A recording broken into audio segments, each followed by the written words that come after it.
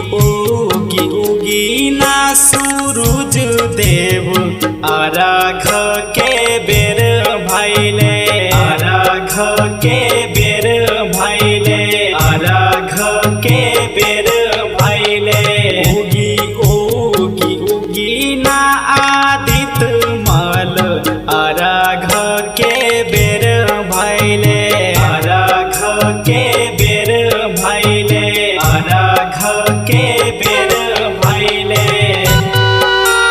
प्रेम से बोलिए अमित गोसाई की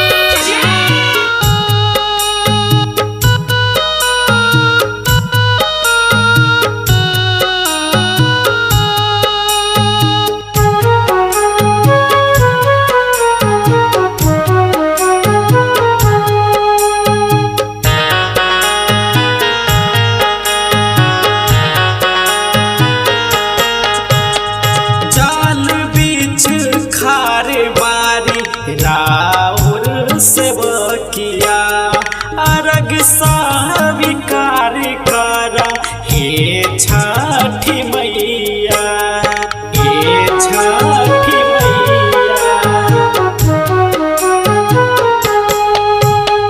जाल बीच खार बारी राउर सेवकिया अर्घ स्वीकार करा हे छठी मैया। हाली हाली उगा हो आदित्य मल अर्घ के बेर भइले अर्घ के बेर भइले अर्घ के बेर भइले।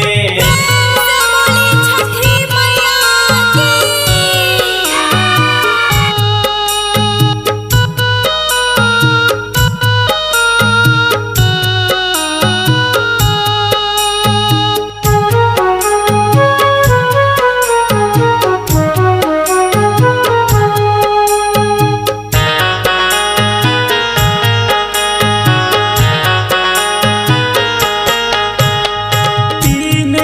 से भूखल बानी कैनी पूजनवा बड़ी रे जतन से रह देखी ले नया नवा देखी ले नया नवा।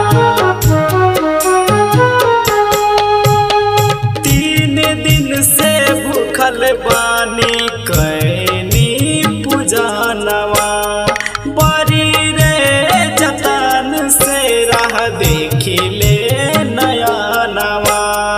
दे दादा रसना हो सूरज देव काहे यतना बेर कैले काहे यतना बेर कैले अर्घ के बेर भइले अर्घ के बेर भइले अर्घ के बेर भइले अर्घ के बेर भइले अर्घ के बेर भइले।